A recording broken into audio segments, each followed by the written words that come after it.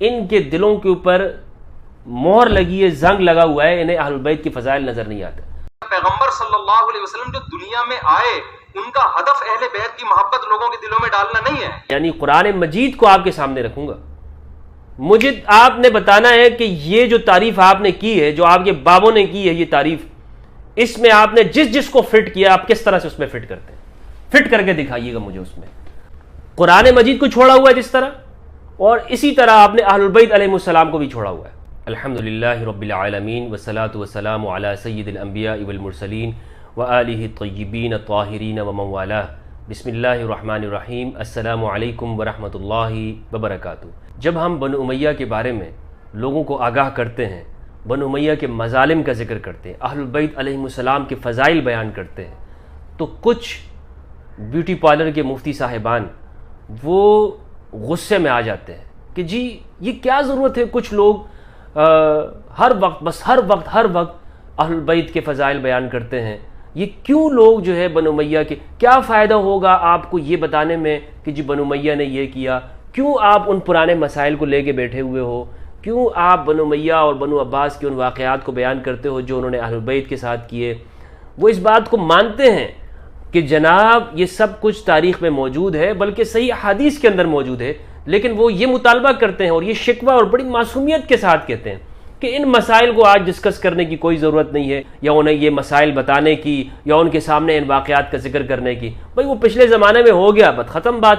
تو میں ان مفتی صاحب کو یہ بتانا چاہتا ہوں کہ قرآن مجید کا ایک تہائی حصہ تاریخ کے اوپر مبنی ہے، پچھلی امتوں کے واقعات ہیں، پچھلی امتوں کے بارے میں بتایا گیا ہے کہ وہ کس طرح سے تھی۔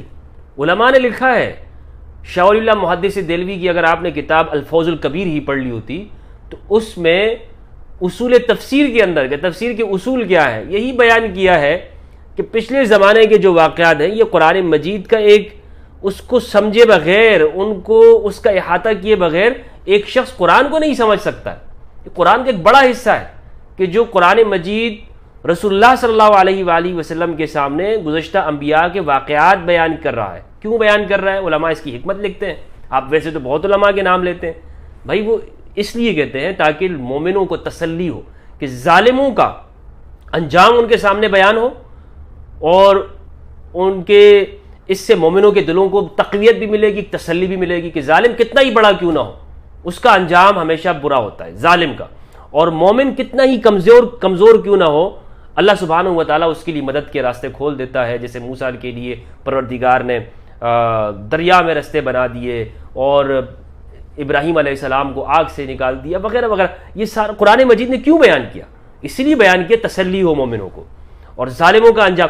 تو یہ کہتے ہیں نا کیا ضرورت ہے گزشتہ لوگوں کے واقعات بیان کرنے کی، بنو امیہ کے پول کھولنے کی، اور اہل بیت علیہ السلام کے فضائل بیان کرنے کی۔ اچھا میں یہ جو کہہ رہا ہوں نا کہ ان کو یہ بھی شکوہ ہے کہ لوگ ہر وقت اہل بیت کے فضائل بیان کرتے ہیں، یہ شکوہ کر رہے ہیں مولوی صاحب۔ تو میں ان سے کہتا ہوں اول تو آپ اللہ سبحانہ و تعالیٰ سے ہدایت کی دعا مانگیں، آپ کو شکوہ نہیں کرنا چاہیے تھا، آپ کو تو اس پہ خوش ہونا چاہیے تھا، بھائی اچھا کام کر رہے ہیں نا، ہر وقت اہل بیت کے فضائل بیان کر رہے ہیں۔ وہ ساتھ میں یہ کہہ رہے ہیں کہ انبیاء کرام اس لیے نہیں آئے تھے کہ اہل بیت کے فضائل، استغفر اللہ۔ یہ بیوٹی پارلر کے جو مولوی صاحب ہیں جو سرخی پاؤڈر لگا کے ممبر پہ بیٹھتے ہیں، وہ یہ کہہ رہے ہیں کہ جناب اہل البیت علیہ السلام کے فضائل، ایک تو ان کو شکوہ یہ ہے کہ ہر وقت لوگ بیان کرتے ہیں، اور انبیاء کرام اس لیے نہیں آئے کہ لوگوں کے سامنے اہل البیت کے فضائل بیان کریں۔ مولوی صاحب اسی لیے تو میں کہہ رہا ہوں قرآن مجید بھی آپ لوگوں نے چھوڑا ہوا ہے، قرآن مہجور ہے، آپ نے قرآن چھوڑا ہوا ہے، آپ کے پورے فرقے نے۔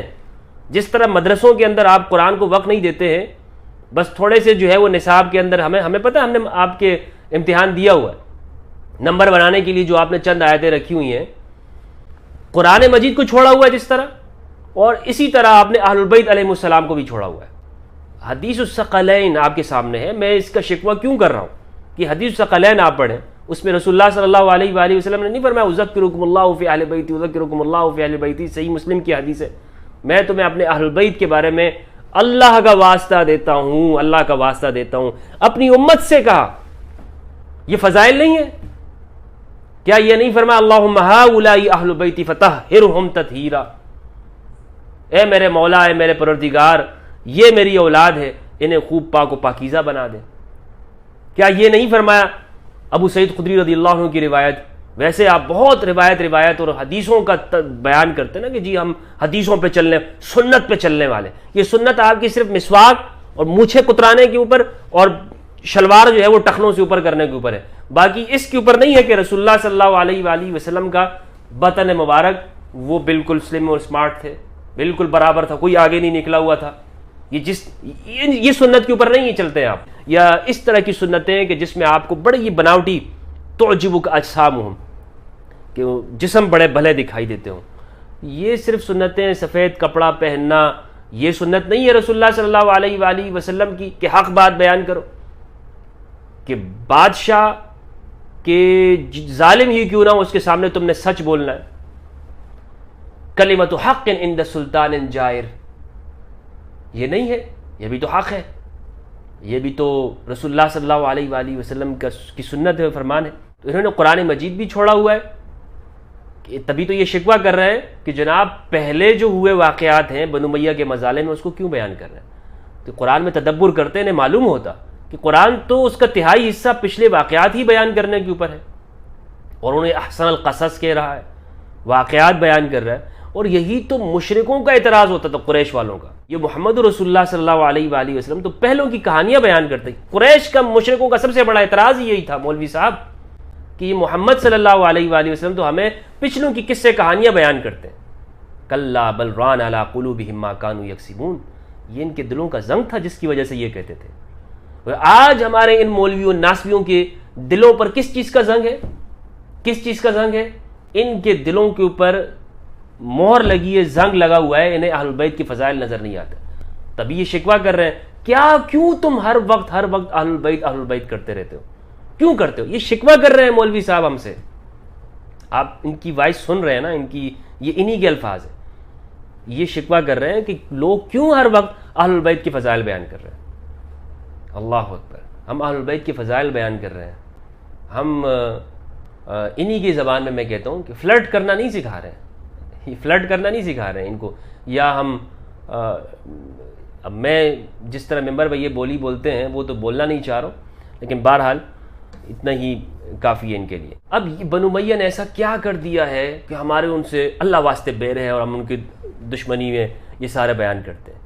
مطلب ہمارا ان کے ساتھ کوئی پلاٹ کا مسئلہ تھا، کوئی جائیداد کا مسئلہ اٹکا ہوا ہے، اس نے میرے کوئی بندے مار دیے ہیں، میرا یعنی ہم لوگ کیوں بیان کر رہے ہیں بنو امیہ کے مظالم؟ اس کیا وجہ ہے؟ بھائی وجہ یہ ہے کہ گزشتہ زمانے کے جو فرعون تھے یا گزشتہ واقعات جو قرآن مجید نے بیان کیے ہیں، قرآن سے سوال کرو نا کہ قرآن وہ کیوں بیان کر رہا ہے. اس کا جواب میں پہلے دے چکا ہوں. قرآن کیوں بیان کر رہا ہے؟ تو جو اس دور کے اندر ہوا بنو امیہ کے دور میں کہ اوزاعی جیسا امام وہ کہتا ہے کہ ہم سے طلاق اور عتاق کے اوپر قسمیں لی گئی کہ علی کو منافق کو. اللہ اکبر، استغفر اللہ. وہ لکھتا ہے، وہ کہہ رہے ہیں اوزاعی کہ جب تک ہم نے علی کو منافق نہیں کہا ہمیں وظیفے نہیں دیے گئے. ہم سے یہ ڈیمانڈ ہوتی تھی بنو امیہ کے زمانے کے اندر. اور یہ بھی لکھا ہے امام ذہبی نے کہ جس کا نام علی ہوتا تھا اس کو مار دیا کرتے تھے. حجر بن عدی کی شہادت کیوں ہوئی؟ ہاتھ باندھ کر، اس طرح پیچھے ہاتھ باندھ کر گردن اڑائی گئی، ان کو مارا گیا، قتل کیا گیا، صرف اس بات کے اوپر کہ وہ مولا علی کے اصحاب میں سے تھے. صفین اور نہروان میں ان کے خلاف کھڑے ہوئے، جمل میں وہ مولا علی کے ساتھ تھے.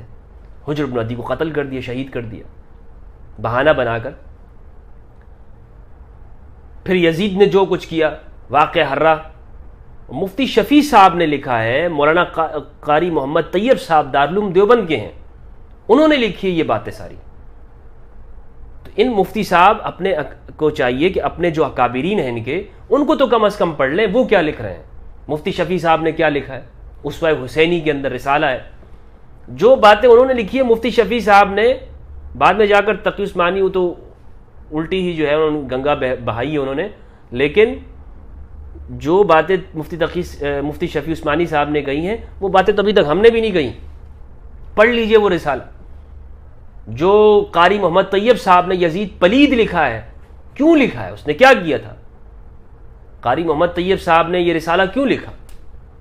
تو جناب مفتی طارق مسعود صاحب، آپ ان سے بھی تو پوچھئے جا کے ان کی قبر پہ کھڑے ہو جائیے اور پوچھیے کہ جناب آپ نے کیوں ہمارے لیے یہ سارا مسئلے بنا کے گئے ہوئے ہیں کہ لوگ ہم سے پوچھتے اور ہمارے پاس جواب نہیں ہے. جس المفند تمہارے گلے کی ہڈی بنی ہوئی ہے, پھنسی ہوئی ہے نا یہاں پہ آ کر, جواب نہیں ہے آپ لوگوں کے پاس کہ المحنت کا کوئی جواب دے سکے. تو صالحین کا قتل ہوا, انسانوں کو غلام بنایا گیا, قتل کیا گیا. جس طرح مدینہ کی حرمت کو پامال کیا گیا, رسول اللہ صلی اللہ علیہ وآلہ وسلم نے فرمایا پروردگار اس شخص کو تباہ و برباد کر دے, نمک جس طرح جو ہے نا وہ پانی میں گھل مل جاتا ہے اس طرح اس کو بالکل ملیا میٹ کر دے کہ جو مدینہ والوں کو ستاتا ہے. کس نے ستایا مدینہ والوں کو؟ 2 حملے ہوئے مدینہ کے اوپر, ایک یزید کے دور میں اور ایک اس سے پہلے بھی ہو چکا ہے, ایک اس سے پہلے بھی ہو چکا, اور اس نے جو کچھ کیا ہے وہ پڑھیں گے الیاذ باللہ, آپ رونگٹے کھڑے ہو جائیں گے, آپ کانپ اٹھیں گے کہ اچھا یہ ہوتا تھا, اس دور کے اندر یہ سب کچھ ہوتا تھا. اب ہم ان کو یہ بیان کیوں کرتے ہیں؟ ہماری کوئی دشمنی نہیں ہے, کوئی ذاتی نہیں ہے, یہ وہی ہے وہ دین کے معاملات ہیں کہ ہم اس کو حق سچ سمجھ کر ہم یہ چاہتے ہیں کہ آپ السابقون الاولون کے جو دشمن تھے, وہ لوگ جنہوں نے صحابہ کرام کو شہید کیا, ہم تو صحابہ کا دفاع کر رہے ہیں, ہم تو بتا رہے ہیں کہ کس نے صحابہ کرام کو شہید کیا ہے. اصل دفاع تو ہم صحابہ کرام کی, اصل جنگ تو ہم لڑ رہے ہیں.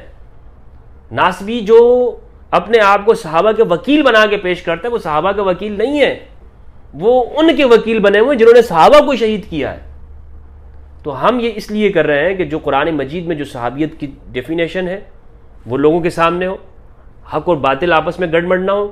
اور آج جو یہ انسانی حقوق کی وائلیشن ہوتی ہے مسلم سوسائٹیز کے اندر اسلام کے نام کے اوپر, یہ کس زمانے میں شروع ہوئی, اس کا پوری آپ تاریخ میں دیکھیں کہ جنہوں نے نام اسلام کا لیا اور کام سارے کے سارے وہ کیے کہ جس سے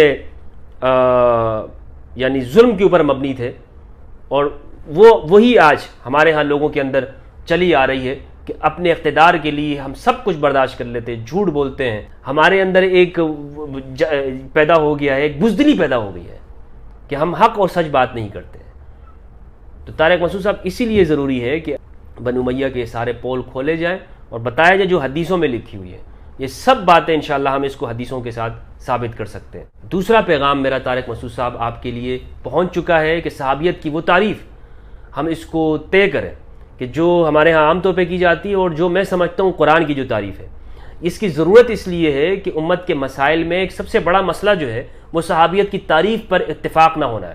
یہ میں اس لیے بتا رہا ہوں, میں چاہتا ہوں مسلمانوں کے سارے اختلاف ختم ہو جائے, اور مجھے اس کا راستہ مل گیا ہے, اور وہ راستہ وہ میں وقتاً فوقتاً بتاتا رہتا ہوں. اس میں سے ایک یہ ہے کہ ہم صحابیت کی تعریف کو آ کے طے کریں, کیونکہ اسی کے اوپر جھگڑا ہے. شیعہ جن کو صحابی مان رہے ہیں, سنی جن کو صحابی مانتے ہیں, شیعہ ان کو مانتے نہیں ہیں. شیعہ جن کی صحابیت کی جو مانتے ہیں آپ ان کو نہیں مان رہے ہو تو آپ کبھی ان کو باغی لکھتے ہو, جیسے تقی عثمانی نے لکھا ہے. تو ہم اس کو طے کرتے ہیں کہ قرآن کس چیز کو صحابی کہہ رہا ہے. یہ میں بہت انتہائی اہم ضروری ہے, بلکہ یوں سمجھ لیں کہ اس امت کے جو 99% جو مسائل ہیں نا اتحاد نہ ہونے کی وغیرہ وغیرہ, وہ اسی وجہ کے اوپر ہے کہ ابھی تک یہ صحابیت کی تعریف پر متفق نہیں ہے. ہاں نہیں ہے, حقیقت طور پر یہ آپس میں متفق نہیں ہے. تو ورنہ یہ جو آپ دیکھ لیں یہ شیعہ سنی جو نزاع ہے یہ کس کے اوپر کھڑا ہوا ہے, کس بنیاد کے اوپر؟ اسی صحابیت کی بنیاد کے اوپر کہ جو تعریف کلیئر نہیں ہے. ہم اس کو کلیئر کرنا چاہتے ہیں, اور میں آپ کو اس لیے پیغام دے رہا ہوں. باقی آپ کے بھی مولوی صاحب یا ہمارے بریلوی حضرات وہ بھی ہیں, لیکن آپ اس کے اوپر بہت بولتے ہیں نا, اور آپ ایک ایسے مکتب کے نمائندہ ہیں کہ جو دفاع صحابہ کے آپ وکیل بھی ہیں, اور آپ بہت سی کانفرنسز میں بھی جا چکے ہیں, آپ کی تصویریں بھی ہیں. تو آپ کو تو پہلے آنا چاہیے, میرے بولنے سے پہلے آپ آؤ, دفاع کرو کہ جی مفتی ہمدرد وہ اکیلے بیٹھ کے یہ بات کرتا ہے, آپ تو اکثریت کے اوپر فخر کرتے ہیں, آپ کو تو خوش ہو کے مجھے بلا لینا چاہیے کہ جی آ جاؤ. دیر کیوں کر رہے ہیں آپ, کس بات کا خوف ہے؟ میں آپ کو بتا دوں, میں اس آپ سے گفتگو کے لیے نا اپنے ساتھ صرف میرے لیے قرآن مجید ہے انشاءاللہ, یعنی قرآن مجید کو آپ کے سامنے رکھوں گا. مجھے آپ نے بتانا ہے کہ یہ جو تعریف آپ نے کی ہے, جو آپ کے بابوں نے کی ہے یہ تعریف, اس میں آپ نے جس کو فٹ کیا آپ کس طرح سے اس میں فٹ کرتے ہیں, فٹ کر کے دکھائیے گا مجھے اس میں. اور پھر میں جب قرآن مجید رکھوں گا آپ دیکھیے گا کس طرح سے اس میں سے آپ کے نکلتے ہیں یہ لوگ انشاءاللہ عز و جل. یہ بات کی بات ہے. ہاں اگر آپ دیگر کتابیں رکھیں گے تو پھر بطور دلائل کے ہم ان کو بھی پیش کریں گے، لیکن قرآن مجید میں سمجھتا ہوں ہمارے لیے ماخذ، ہمیں مدرسوں میں یہی سکھایا نا کہ جی سب سے پہلے قرآن، الکتاب، السنہ، الاجماع والقیاس، القیاس والاجماع، یہی چیزیں ہمیں سکھائی ہیں نا، تو ہم سب سے پہلے قرآن مجید کو رکھیں گے۔ امید کرتا ہوں کہ تشفی ہوگی اور انشاءاللہ میں آپ کے جواب کا منتظر رہوں گا۔ اللہ سبحانہ و تعالی ہم سب کو قرآن مجید اور اہل البیت علیہم السلام کی معرفت عطا فرمائے۔ والسلام علیکم ورحمۃ اللہ وبرکاتہ۔